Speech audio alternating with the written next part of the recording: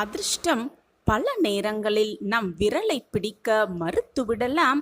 ஆனால் முயற்சியை மட்டும் கைவிட்டு விடாமல் முன்னேறிக்கொண்டே இருந்தால், உழைத்து கொண்டே இருந்தால், போராடிக்கொண்டே இருந்தால் அந்த அதிர்ஷ்டமே நம் விரல் பிடிக்க ஓடி வரும். இதுதான் வாழ்க்கை. ஜெய் சாயிரம், ஜெய் ஜெய் சாயிரம். நம்ம சாயன்பர்கள் எல்லாரும் எப்படி இருக்கீங்க? எல்லாரும் நல்லா இருப்போம். ஓம் சாயிரம். அதிர்ஷ்டம் என்பது ஒரு முறை, வாய்ப்பு என்பது ஒரு முறையோ அல்லது இருமுறையோ. ஆனால் உழைப்பு என்பது ஒவ்வொரு முறையும் வெற்றியை கொடுத்து கொண்டே இருக்கும். உழைத்து கொண்டே இருக்கலாம், போராடிக்கொண்டே இருக்கலாம். வாழ்க்கையில் நிச்சயமாக அதிர்ஷ்டத்தை நம்மிடம் கொண்டு வந்தே தீரலாம். நம் சாயப்பா நம்மோடு இருக்கும் வரை நமக்கு ஏன் மனக்கவலை? உழைத்து கொண்டே இருந்தோன்னா நிச்சயமாக அதிர்ஷ்டம் நம்ம பக்கம் வீசும். உழைப்பால் வரும் பயன்தான் மிகப்பெரிய ஒரு அதிர்ஷ்டமிக்க புதையலாகவே இருக்கும் அப்படிங்கிறத உணர்த்தும் விதமாக ஒரு சிறிய கதையை பார்க்கலாம். ஒரு விவசாயிக்கு வயது அதிகமானதால் இறக்கும் தருவாயில் அவர் இருந்தார். தம்முடைய பிள்ளைகள் பொறுப்பில்லாமல் இருப்பதை பார்த்து ரொம்பவே கவலையோடவும் இருந்தார் அந்த விவசாயி. மனம் உடைந்து உடவும் நெளிந்து என்ன செய்வது அப்படின்னு தெரியாம ரொம்பவே குழப்பமான மனநிலையோடு, கவலையான மனநிலையோடு இருந்தார் அந்த விவசாயி. ஒரு நாள் யோசித்து என்ன பண்ணலாம் அப்படின்னு ஒரு தீர்க்கமான முடிவை எடுத்துட்டு ஒரு நாள் அவர் தம் பிள்ளைகளை அருகில் அழைத்தார். தன்னுடைய நிலங்களை அவர்களுக்கு பிரித்து கொடுப்பதாக முடிவு செய்திருப்பதாக அந்த யோசனையை அவர்களிடம் கூறிவிட்டு பிரித்தும் கொடுத்து விட்டார். அது மட்டுமல்லாமல் அந்த நிலங்களில் ஓரிடத்தில் ஓரடி ஆழத்தில் புதையல் இருப்பதாகவும் சொன்னார். அதை தேடி எடுத்துக்கொள்ளும்படி சொல்லிவிட்டு இறந்தும் போனார் அந்த விவசாயி. ஆனால் எந்த இடம், எந்த திசையில் இருக்கு அப்படிங்கிற எந்த ஒரு விவரத்தையும் அந்த பிள்ளைகள்கிட்ட அவர் சொல்லவே இல்லை. எதையுமே சொல்லாமல் ஆனால் ஒரு அடி ஆழத்தில் புதையல் இருக்குது அப்படிங்கிற விஷயத்தை மட்டும் சொல்லிட்டு அவர் இறந்து போயிட்டாரு. பிள்ளைகள் 3 இருந்தாங்க அவருக்கு. 3 தந்தைக்கு செய்ய வேண்டிய இறுதி காரியங்கள், சடங்குகள் எல்லாத்தையுமே செய்தாங்க. அதன் பின் அவர் குறிப்பிட்டிருந்த புதையலை எடுப்பதற்காக நிலத்தை 3 பேருமே சேர்ந்து தோண்ட ஆரம்பித்தார்கள். முதலில் மூத்த மகனின் நிலம் முழுவதையும் 1 அடி ஆழத்திற்கு தோண்டினாங்க. புதையல் எதுவுமே கிடைக்கவே இல்லை. ஒருவேளை அப்பா 2 அடி அப்படின்னு சொல்வதற்கு பதிலாக 1 அடி அப்படின்னு சொல்லிவிட்டாரோ, கடைசியில் சொல்ல வாய் தவறி 2 அடி அப்படின்னு சொல்கிறதுக்கு 1 அடி சொல்லிட்டாரோ அப்படிங்கிற சந்தேகத்தோட திரும்பவும் பிள்ளைகள் 3 சேர்ந்து மூத்தவனின் நிலத்தை இன்னும் 1 அடி ஆழமாக தோண்டினார்கள். அப்போதும் அவர்களுக்கு புதையல் கிடைக்கவே இல்லை. எப்படியும் புதையலை நம்ம கண்டுபிடிச்சே தீரணும், அந்த புதையலை வைத்து நம் வாழ்க்கையை சந்தோஷமாக வாழலாம் அப்படிங்கிற வெறியும் நம்பிக்கையும் அவங்க மனசில் இருந்ததுனால, சரி முதலாவது பையன் நிலத்தில் இல்லை, இப்போ 2வது மகனின் நிலத்தையும் தோண்டி பார்க்கலாம் அப்படின்னு முடிவெடுத்து 3 2வது மகனின் நிலத்தையும் தோண்ட ஆரம்பித்தாங்க. தன்னுடைய தந்தை சொன்னபடி 1 அடி ஆழத்திற்கு முதல்ல நிலத்தை தோண்டினாங்க. ஆனால் 2வது மகனின் நிலத்திலையும் எந்த புதையலும் கிடைக்கவே இல்லை. திரும்பவும் அதே எண்ணம், அப்பா ஒருவேளை தவறுதலாக 2 அடி அப்படின்னு சொல்கிறதுக்காக மாற்றி 1 அடின்னு சொல்லியிருப்பாரோ அப்படின்னு மீண்டும் 2 அடி வரை 2வது மகனின் நிலத்தையும் தோண்டினார்கள். ஆனால் 3 ஏமாற்றம்தான் மிஞ்சியது. இவ்வளவு தூரம் வந்துட்டோம், எப்படி இதிலேருந்து பின்வாங்க முடியும்? எப்படியும் அந்த புதையலை நம்ம எடுத்தே தீரணும் அப்படின்னு 3 பேரும் தீர்க்கமாக சிந்தனை செய்து 3வது மகனின் நிலத்தை தோண்ட ஆரம்பித்தாங்க. 1 அடி தோண்டியும் எதுவுமே கிடைக்கவில்லை. மீண்டும் அப்பா மாறி சொல்லியிருப்பாங்கங்கிறதுக்காக 2 அடி தோண்டினாங்க. ஆனால் மீண்டும் ஏமாற்றமே மிஞ்சியது.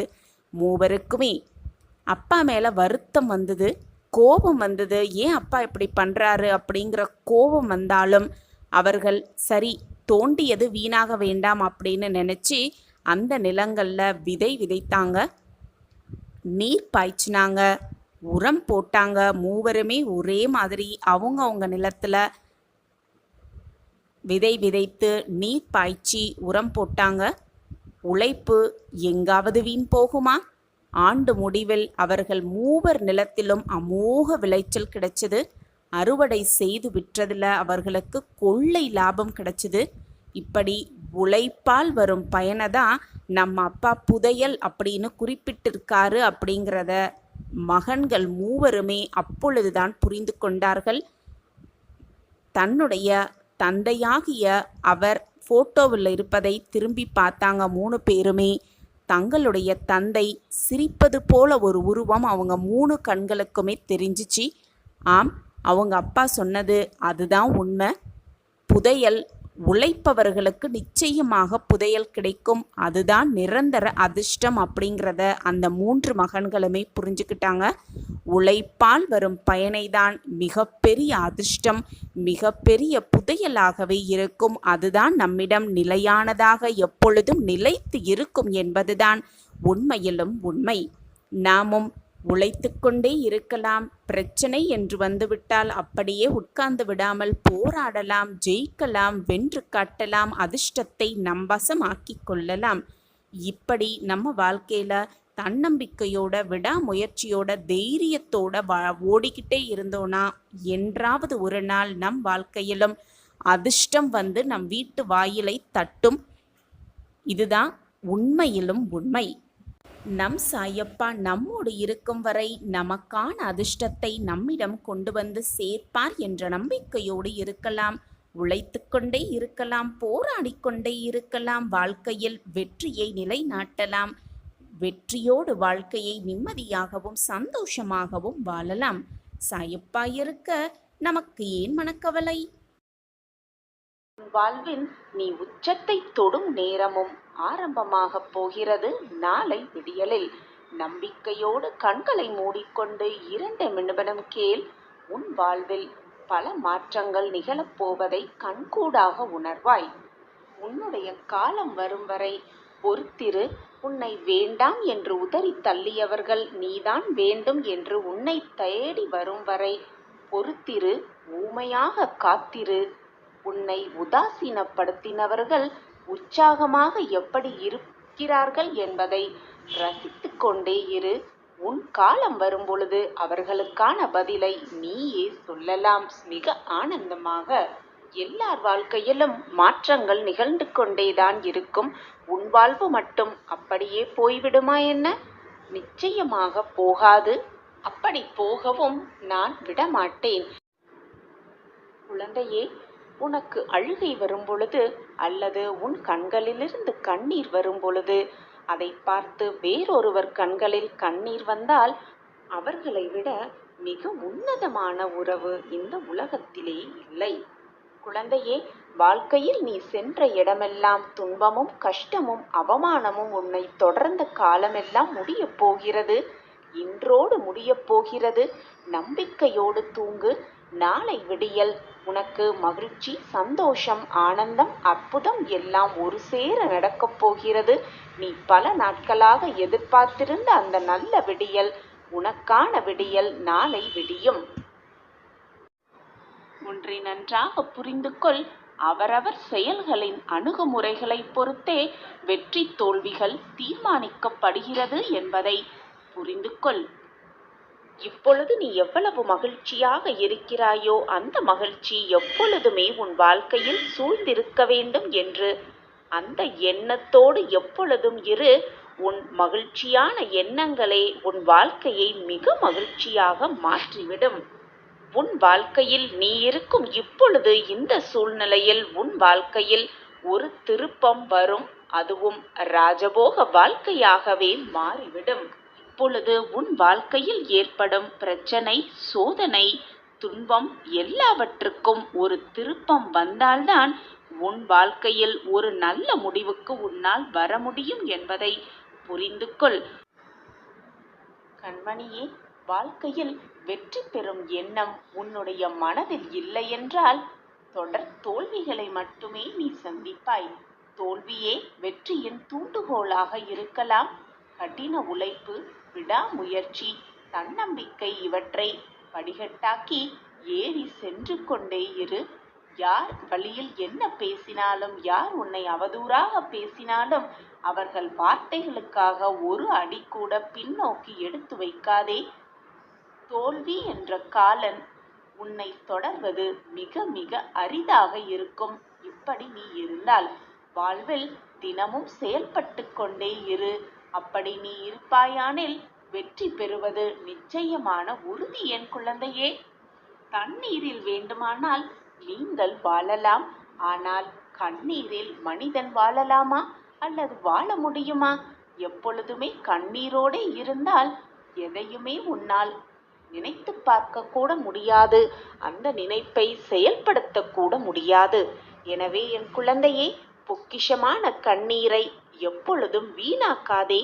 தேவையான நேரத்தில் கண்ணீரை சிந்த பழகு. தேவையில்லாத நேரத்தில் உன் கண்ணீரை வீணடிக்காதே. அனைத்திற்கும் சாட்சியாக நான் உன்னோடு இருக்கும் வரை உனக்கு ஏன் பயம்? இப்பொழுது உன் வாழ்வில் மிகப்பெரிய அற்புதமும் அதிசயமும் நடக்கப் போகிறது. உன்னுடைய கஷ்டகாலமெல்லாம் இன்று இரவோடு முடியப் போகிறது. அந்த நல்ல நிகழ்வு உன் வாழ்வில் நடந்தவுடன் உன்னுடைய கஷ்டகாலம், சோதனையான காலம், வேதனையான தருணங்கள் எல்லாம் உன்னை விட்டு சர்வ நிச்சயமாக விலகிவிடும். இதுநாள் வரை உன் வாழ்க்கையில் நீ அனுபவித்த சோதனைகள், பிரச்சனைகள் எல்லாம் செய்வதற்காகவே இந்த நாள் உன் வாழ்வில் வந்திருக்கிறது. இன்று இரவோடு உன்னுடைய கஷ்டத்திற்கெல்லாம் ஒரு முடிவு காலம் வந்துவிடும். சர்வ நிச்சயமாக நடந்தே விடும். எப்பொழுதுமே மற்றவர்கள் கூறுகிறார்கள் என்று உன்னுடைய கருத்தை மாற்ற நினைக்காதே. உன் மனதிற்கு எது சரி என்று படுகிறதோ, உன் மனதிற்கு எது இதை செய்தால் அது நிச்சயமாக சரியாகத்தான் இருக்கும் என்று தோன்றுகிறதோ அதை அப்படியே செய்துவிடு. எதற்காகவும் மற்றவர்கள் என்ன சொல்லுவார்களோ, ஏது சொல்லுவார்களோ என்று உன்னுடைய செயலை மாற்ற நினைக்காதே. நீ செய்யும் செயலெல்லாம் உனக்கு உன் வாழ்க்கைக்கு தேவையானதாகவும் நன்மை விளைவிக்கும்படியாகவும் இருக்கும்படி பார்த்துக்கொள். மற்றவர்களின் பேச்சை எப்பொழுதும் கேட்க நினைக்காதே. மற்றவர்களின் பேச்சை நீ கேட்க நினைத்தால் அப்பொழுது உன் வாழ்க்கையை மற்றவர்களுக்காகத்தான் நீ வாழ வேண்டுமே தவிர உன் வாழ்க்கையை உனக்காக உன்னால் நிச்சயமாக வாழவே முடியாது. இந்த நாளை நீ உன் வாழ்க்கையில் மறக்கவே முடியாத நாளாக அமையப் போகிறது. எப்பொழுதுமே உன் மனதிற்கு எது சரி என்று படுகிறதோ அதை செய். அதைப்போல் இன்றும் உன் மனதிற்கு எது நிம்மதி, எது சந்தோஷம் என்று படுகிறதோ அதை மட்டும் செய்துவிடு.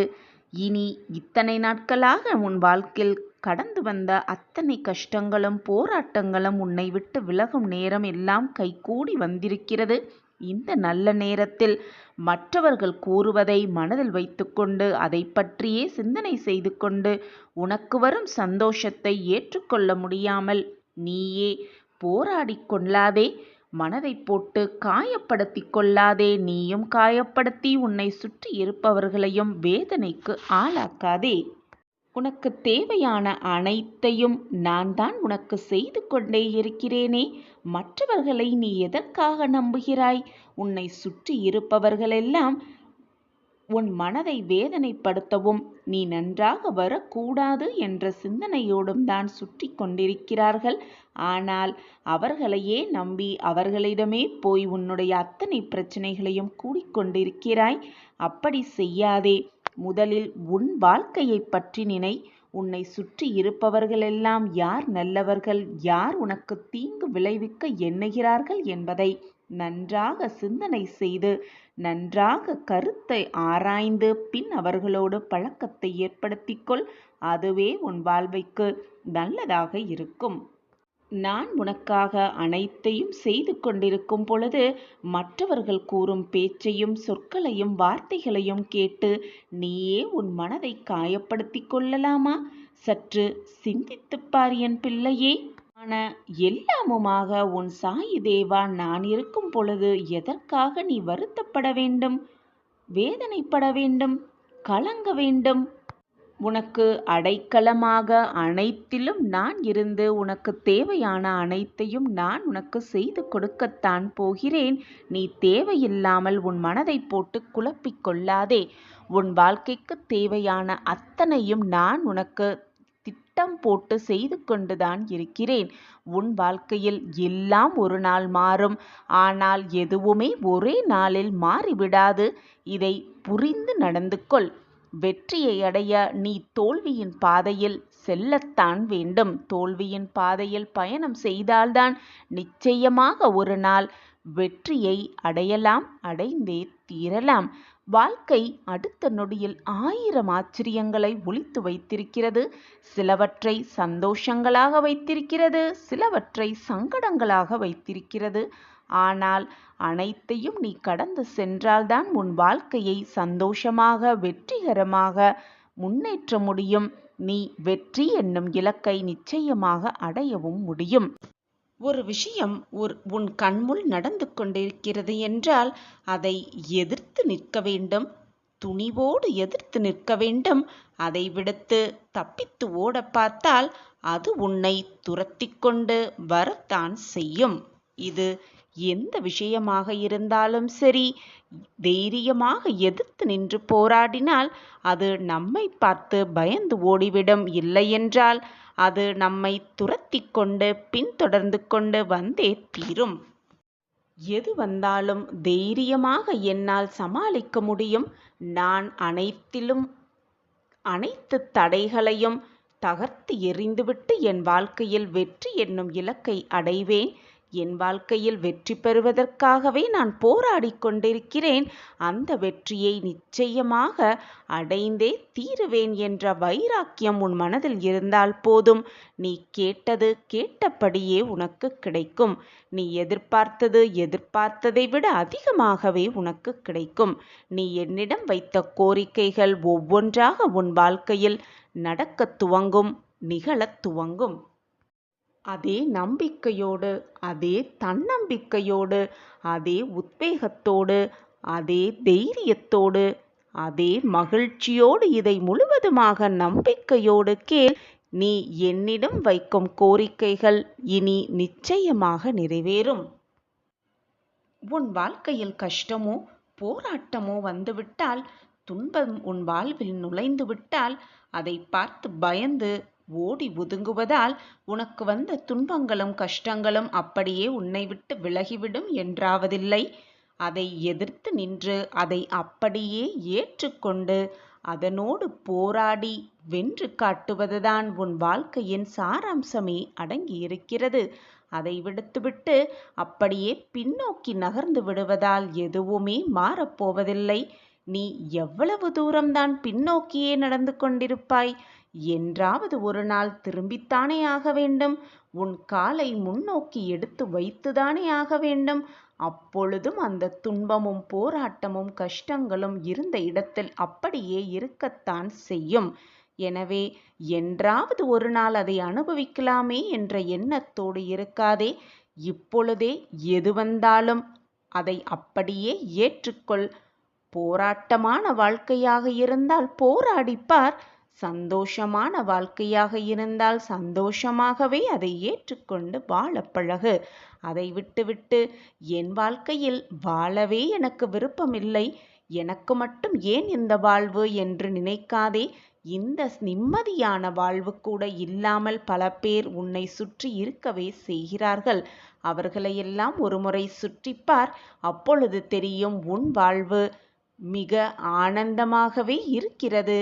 அவர்களை பார்த்து நீ என்ன பார்க்கிறாயோ, என்ன கேட்கிறாயோ, என்ன செய்கிறாயோ அதுதான் அப்பொழுதே உன் வாழ்வில் நடக்கும். உன் மனதில் என்ன நிகழ்கிறதோ, என்ன நினைத்து கொண்டிருக்கிறாயோ அதுதான் உன் வாழ்வில் அப்படியே நடக்கும். எனவே நல்லதை மட்டுமே பேசு, நல்லதை மட்டுமே சொல்லிக்கொண்டிரு. நீ நினைப்பதற்கு மேலாக உன் வாழ்க்கையில் நல்லது மட்டுமே நடக்கும். நான் உனக்கு துணையாக இருக்கிறேன். இந்த நாள் முதல், இந்த மங்களகரமான நாள் முதல் உன் வாழ்க்கையில் நீ நினைப்பது எல்லாமே உனக்கு சாதகமாகவே நடக்கும். நீ கேட்பது எல்லாமே உனக்கு அப்படியே கிடைக்கும். என்ன நடந்தாலும், உன் வாழ்க்கையில் என்ன போராட்டங்கள் உன்னை சூழ்ந்து இருந்தாலும், வாழ்வே போகும் விடம் சூழ்நிலையாக இருந்தாலும், தெளிவான சிந்தனையோடு தெளிவான நீரைப் போல இருந்து பார். உன் வாழ்வு எப்பொழுதுமே தெளிவாகவே எது வந்தாலும் அவ்வளவுதான். நம் வாழ்க்கை மாறும். இதுதான் நமக்கு கிடைத்திருக்கிறது, இது சுலபமாகவே நமக்கு கிடைக்கும் என்ற நேர்மறை சிந்தனையோடு இருந்தால் எப்பொழுதுமே வாழ்வு பிரகாசமாகவே இருக்கும். ஒரு முறை ஒரு தந்தையிடம் மகன் தனக்கு ஏதேனும் ஒரு துன்பமோ அல்லது மனக்கவலையோ ஏற்படும் போது வந்து கலங்கி நிற்பான். அப்போது அவனது பிரச்சனையை கேட்டபின் தந்தை ஒரே வார்த்தையில், இவ்வளவுதானா உன் பிரச்சனை, எல்லாம் சரியாகிவிடும் என்பாராம். அவனுக்கு சில நாட்களில் அந்த பிரச்சனையோ துன்பமோ இல்லாமலே போய்விடும். அந்த மகனும் வளர்ந்தான். இப்படியே பிரச்சனை வரும் பொழுது தந்தையிடம் வந்து நிற்பதும், தந்தை இவ்வளவுதானா உன் பிரச்சனை, எல்லாம் சரியாகிவிடும் என்று சொல்லுவதும் வாடிக்கையாகவே இருந்தது. தந்தைக்கும் வயதானது. அவரது மகன் தற்போதெல்லாம் எந்த பிரச்சனை வந்தாலும் தந்தையிடம் சிரித்து கொண்டே சொல்ல ஆரம்பித்தான். ஒரு நாள் மகன் தந்தையிடம் கேட்டான், எவ்வளவு பெரிய பிரச்சனை வந்தாலும் இவ்வளவுதானா, எல்லாம் சரியாகிவிடும் என்று இந்த பிரச்சனையை நீங்கள் சொன்னவுடன் அந்த பிரச்சனை மிக சுலபமாக முடிந்து விடுகிறதே, இது எப்படி என்று மகன் தந்தையிடம் கேட்டானாம். அந்த தந்தை சிரித்து கொண்டே சொன்னார், சில வருடங்களுக்கு முன்பாக பிரச்சனை என்று வந்தால் கண்கலங்கி வந்து என் முன்னால் நிற்பாய். நீ கலங்கும் போது அந்த பிரச்சனையை எப்படி தீர்க்க வேண்டும் என்று உனக்கு தெரியாமல் இருக்கும். நான் இவ்வளவுதானா என்று கேட்டதும் உன் மனம் இது ஒரு பிரச்சனையே இல்லை என்று ஒரு முடிவுக்கு வந்து அந்த பிரச்சனையும் முடிந்தேவிடும் மிக சுலபமாக. இப்பொழுதெல்லாம் எவ்வளவு பெரிய போராட்டங்களை நீ சந்தித்தாலும், உன்முன் எவ்வளவு பெரிய போராட்டங்கள் இருந்தாலும் அதற்கான தீர்வு மட்டும்தான் உனக்கு தெரியும். சின்ன வயதிலிருந்து ஏதாவது பிரச்சனைனா என்னை பயமுறுத்தி பல பேர் இருந்தாங்களே தவிர தைரியம் சொல்ல ஒரு ஆள் கூட இல்லாமல் தான் நான் வளர்ந்தேன்.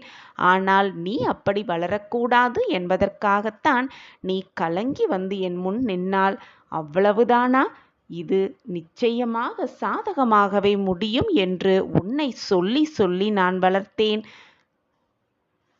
என்று கூறினாராம் அந்த தகப்பன். நாமும் எவ்வளவுதான் புத்திசாலியாக இருந்தாலும், எவ்வளவுதான் திறமைசாலியாக இருந்தாலும், ஏதாவது ஒரு பிரச்சனை என்று வந்துவிட்டால் துவண்டு விடாமல் நம் மனதிற்குள்ளேயே இவ்வளவுதானா நம் பிரச்சனை என்று கேட்டு பார்த்தால் நம் மனதிற்கே இது ஒரு பிரச்சனையே இல்லை என்பதை புரிந்து கொண்டு அதற்கான தீர்வை நம் மனதே எடுக்கும். இதுதான் வாழ்க்கையின் ரகசியம். எனவே ஒரு நிமிடம் இவ்வளவுதான் என்று நினைத்து பார்த்தால் எல்லாமே அவ்வளவே முடிந்துவிடும். அடுத்த கட்டத்தை தாண்டி சென்று கொண்டே இருக்கலாம். வாழ்க்கையில் ஜெயித்து கொண்டே இருக்கலாம். போராடிக்கொண்டே இருக்கலாம். நிச்சயமாக வாழ்க்கையை வென்றே காட்டிவிடலாம். சில சமயம் யார் வந்து உன்னிடம் பேசினாலும் அவர்கள் என்ன பேசுகிறார்கள் என்பதை கவனிக்க கூட முடியாமல் உன் சிந்தனை வேறு விதமாக சென்று விடுகிறது.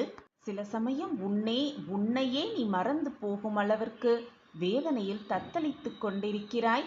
உன்னை சுற்றி யார் வருகிறார்கள், யார் போகிறார்கள், என்ன பேசுகிறார்கள், என்ன பார்க்கிறார்கள் என்பது கூட புரியாமல் தெரியாமல் மனவேதனையில் குழம்பிக் கொண்டிருக்கிறாய். நீ தனிமையாக இருப்பதே உன்னுடைய முதல் பிரச்சனை என் குழந்தையே. சில சமயம் போய் மற்றவர்களிடத்தில் உன்னுடைய வேதனையை பகிர்ந்து கொண்டிருக்கிறாய்.